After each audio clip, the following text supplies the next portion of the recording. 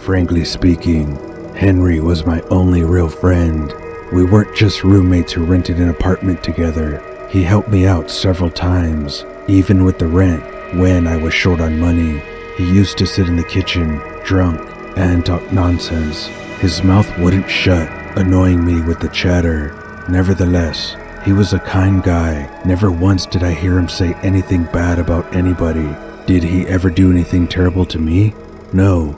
Actually, I didn't deserve his friendship. It was all my fault. Maybe I could help, or at least not hurt him.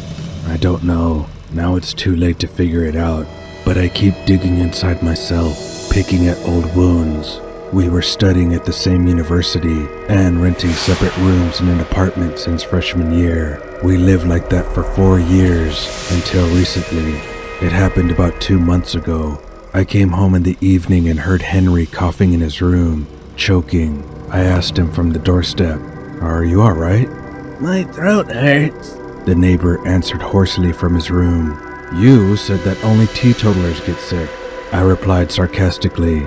Henry often chirped that any virus is harmless to him because his body is soaked with alcohol, so he had been drinking the night before, and now he was sick.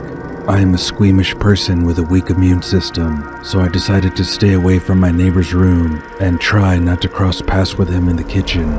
I didn't want to catch a disease and get complications later on. Furthermore, I even started wearing a mask at home. That night, I didn't sleep well. The neighbor next door was wheezing and coughing.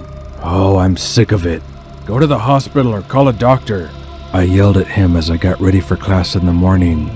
"I don't need that," Henry sobbed from his room.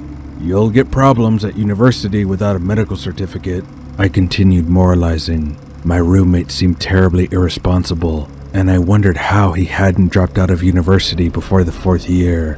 It was only in the evening that I came back, having my personal concerns on my mind. I didn't even remember about Henry. I was sitting in my room, doing some work as I had to earn my rent. Then, all of a sudden, I heard my friend wheezing behind the wall again, as if he was suffocating. I shouted at him, "Are you curing or just waiting for it to disappear on its own?" "I'm fine," the neighbor said with difficulty. "It's just a sore throat." "Have you been to the doctor?" I asked. He didn't answer. It made me irritated. I am doing my best here, studying, working, running around like a hamster in a wheel, and Henry doesn't care. He got drunk and couldn't earn his share of the rent, so his relatives will send him the money. These thoughts made me feel bad. Some people in this world try their best and still have a hard life, while others drink carelessly and don't care about anything. The neighbor was wheezing all night long. It wasn't even the noise itself that bothered me, but the fact that there was some kind of virus in the apartment, and I could get sick too. I took my temperature, drank tea from only 1 cup, and washed my hands every now and then it happened. The next night, when I came back from my studies, I smelled an awful, unpleasant odor in my apartment. "Man, have you got someone dead in there?" I shouted. My neighbor was silent. "Hello?" I called again. "Henry?" Silence. And then it finally dawned on me that I was being a jerk. My neighbor is there with a sore throat, and I shudder past his room, afraid of getting infected. At least I could have called an ambulance. Besides, I haven't seen him in 2 days. I took my shoes off, went to his door, and said, "Henry, are you okay in there? Shall I buy you some medicine?" I opened the door and saw my neighbor hanging in a noose with an overturned chair under his feet, screaming at the top of my lungs. I ran out of there. My hands were shaking. I was looking at my phone for a long time, unable to remember what I should do, where to call, who to call for help. Then I realized that I had to call 911. All I could do was shout into the phone, "My neighbor committed suicide. He hanged himself." The operator must have worked with such calls for a while and put me through to the local medical unit. The ambulance dispatcher asked me how long ago it had happened. I didn't know that.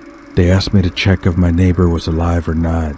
It was hard for me to bring myself to go into his room again, so I just told them to hurry up and do it themselves. My voice was trembling. My whole body was shaking. I had never seen such a nightmare in my life. That blue face, those rolled up eyes. Once you see it, you never forget it. I just saw a dead man in a noose, and now I don't know how to live with it. And that smell. Where did that smell come from? I was sitting on the floor against the wall in the hallway. I don't know how long it took before the ambulance and the police arrived. Probably 20 minutes. When they took the body out of the apartment in a bag, the police came after me. They asked where I had slept for the past 3 days. I said I'd been home in my room, and they questioned me about how it was that all that time I hadn't noticed that my roommate had committed suicide. Well, he just did it today, didn't he? I said. Obviously, said the investigator unkindly. Did you see him? He was in the rope for the 3rd day. Didn't you even go in and check on your roommate? He was... I wanted to tell him that Henry had been talking to me, coughing and complaining about his sore throat. Now I was realizing it. The neighbor had been dead for more than 2 days. His appearance and smell confirmed it. But why had I heard his voice then? I didn't want to discuss this with the police, knowing that they wouldn't believe me. I lied that Henry didn't like it when someone disturbed him. Besides, I came back only in the evening and went straight to bed. How could I know what was going on in the neighbor's room? They left me alone around 10 p.m. I was left by myself in the apartment. Right then, I had already decided that I was going to move out. I didn't want to stay in that apartment even for a single night. It reeked horribly of a dead body. In no time, I found a cheap motel and drove there. It was impossible to stop wondering why I was hearing the voice of a dead man. Was it hallucination? Had I gone insane? Could it be a coincidence with a sore throat? Was it possible that the night it happened, I had heard him wheezing through his sleep? Maybe my subconscious brain was guessing that this could have happened and was trying to give me a clue. I didn't believe in ghosts, so I tried to explain everything rationally. It was my luck to find another apartment in one night. It was a shabby studio apartment for a lot of money, but I was happy to move out and forget about what had happened. The very next day, I was already packing. I shouldn't have taken too long to move, and all my belongings fit into a few bags. I was already standing at the open door, about to say goodbye to this place forever. A cab was waiting for me downstairs, and then I heard wheezing and coughing behind me. Very quiet, but I heard it, and goosebumps ran down my back. "Henry, why did you do that?" I asked it in a whisper. You know the reason, responded a hoarse voice from Harry's room. It was him. It was my dead neighbor. I threw the bags over the threshold and ran out of there. I locked the apartment and ran down the stairs. The key was left in the mailbox. I left the house, never to return. A few days passed. I felt lousy. It was hard for me to recover from what had happened. The image of my neighbor hanging in a noose was still stuck in my mind. I remembered that I had been living in an apartment with a dead body for almost 3 days and hadn't bothered to check on him. I wondered, could I have helped him? Could I have prevented a tragedy from happening? What was the reason? Had I really hurt him that much? I wasn't the only one gnawing at myself. I was also blamed by others. People who knew we were living together kept asking me why I didn't know anything, and they also asked why I lied about Harry being sick when they had wondered where he had gone. What was I supposed to say? That I had been talking to my dead neighbor through the wall for 2 days? Even good acquaintances seemed to leave me. I called Mary. This is my close friend. I even thought she had a romantic interest in me. She was the only person I was ready to share with that I had heard Henry's voice. The truth was that I just wanted support, but she treated me rather critically. "Why don't you come to the funeral?" Mary asked. "Were you there?" I was surprised. "Of course, we knew each other," she answered. "I thought you would come too, but you weren't there." "Mary, I couldn't come. It was hard for me. I made excuses. Let's meet again, shall we? We can even have a little wine or something. Sorry, Tony. I'm not in the right mood right now. On the contrary, I want to sit alone in silence all the time. I'm thinking about Henry. I feel sorry for him. It was a mistake. As you say. I cut her off and hung up. I had enough sorrow of my own. No problem. I will do it alone, I thought to myself. There was a store on the first floor of my new abode where I bought myself some whiskey. Sitting in the kitchen, I knocked over one shot and then another. It didn't make me feel any better, but at least I relaxed a little. I thought it wasn't so bad to live alone. No one would leave a frying pan on the stove. No one would occupy the bathroom and toilet for a long time. Everything is at my disposal now. Then I had a few more drinks. My nerves calmed down. My eyes got foggy, and suddenly I heard a low wheezing sound from the room. It sounded like a cough, as if someone was suffocating. I instantly sobered up, went into the room, turned on the light, but there was nothing special. I returned to the kitchen and resolutely poured the bottle into the sink. Screw it all. I washed my face with cold water and went to bed without turning out the lights. I wanted to put the incident out of my mind, but from then on, I never felt safe in the apartment again. All the time I went into the room with caution, peeking over the threshold, as if I were afraid to see something in the empty room. To see a hangman in a noose? I thought about consulting a psychologist. There had to be someone to share what was inside of my head. I was no longer coping with my thoughts and anxieties. On top of that, I was having trouble sleeping. One night, I dozed off and heard someone wheezing in my ear.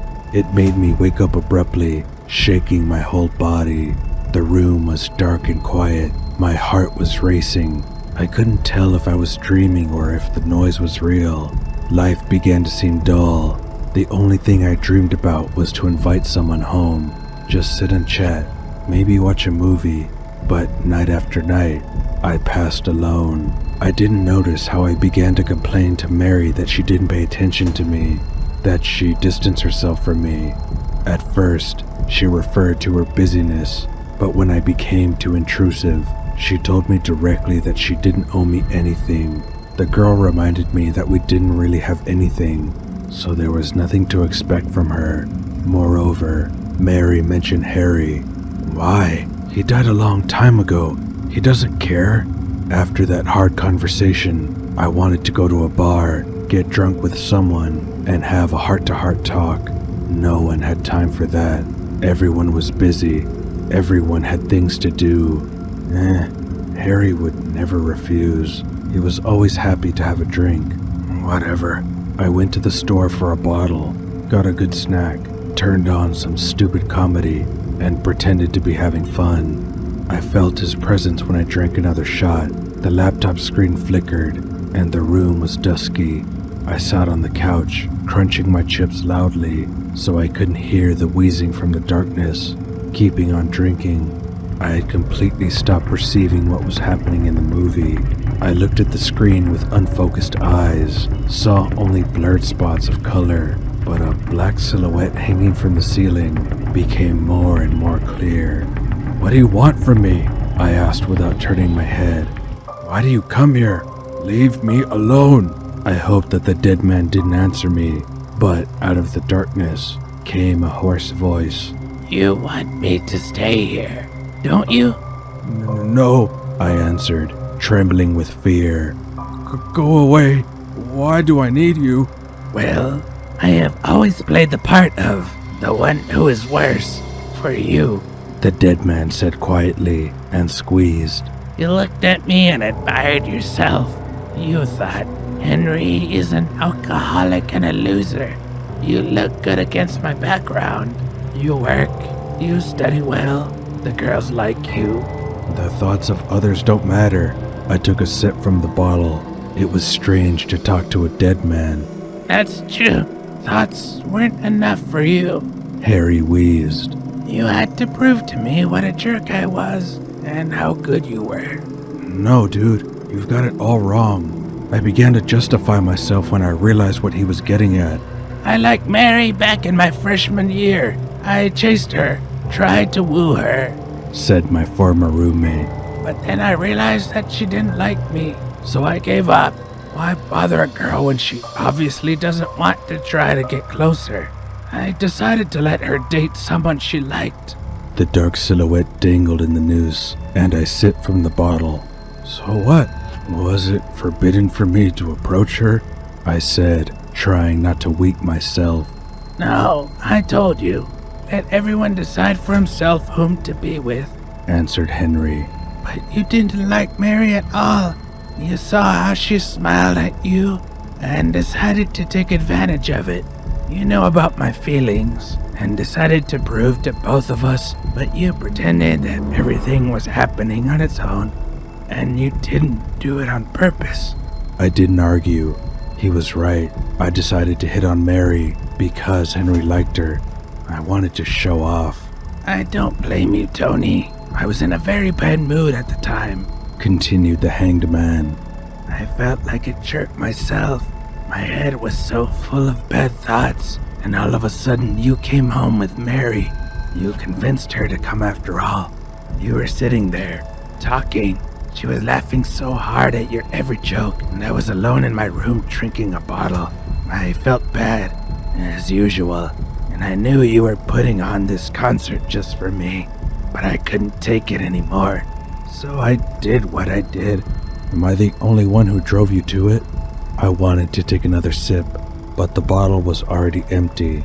Mary's good and I'm bad. She also dumped you. Don't you remember? My ex-friend wheezed. She told you that night. Why don't we invite Henry to sit with us? What did you tell her?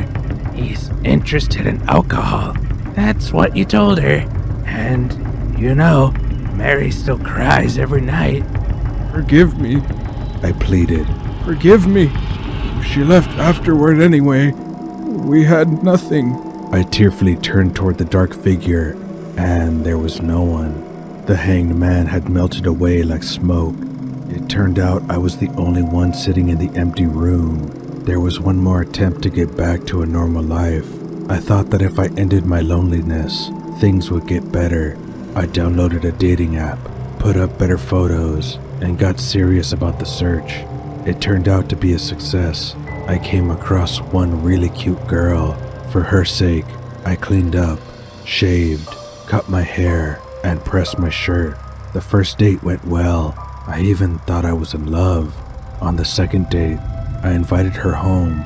My apartment wasn't very nice, but she didn't mind. The girl brought a bottle of wine, but I refused to drink, so I offered her juice and promised to surprise her with dinner. She said that men had never cooked for her before. I left her in the room and went to finish the noodles and cream sauce and shrimp. It was the first time I'd ever cooked something like this with a recipe from the internet. Within 2 minutes, my new lady came running into the kitchen. Her face was frightened. What happened? I asked. Someone was wheezing in there. She squealed. Where? I wondered. In the room. Someone was wheezing so badly, as if he was being strangled. The girl almost cried. That might be the neighbors, I muttered. No, there were horrible wheezing sounds right next to me, swore my friend. Do you know how scared I was? Do you have ghosts here?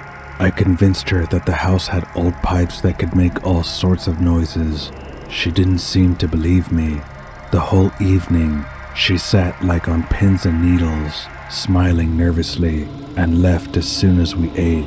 We never saw each other again. Until that day, I had been sure that it was my imagination, making me feel guilty, but it turned out to be real. Henry will follow me forever now. How many weeks in a row have I come home with a bottle of spirits? I don't remember. I don't even have money for decent alcohol anymore, so I take some cheap stuff. Things aren't going well at work, and I'm having problems with my studies. Mary started worrying about me. She says I look poorly. She tries to call me sometimes, but I don't answer the phone. Yeah, screw her. I go back to my empty apartment, turn on my laptop, and drink. Harry is hanging in a noose next to me in my room. I always see him now, and I don't mind anymore. He just hangs there, swaying. My dead neighbor doesn't talk to me, doesn't even wheeze or cough. I got used to it a long time ago. Sometimes I try to talk to him myself, since I have no other interlocutors. Soon I will be asked for money for the rent, but I have nothing to pay. I don't know what to do. All kinds of bad thoughts creep into my head.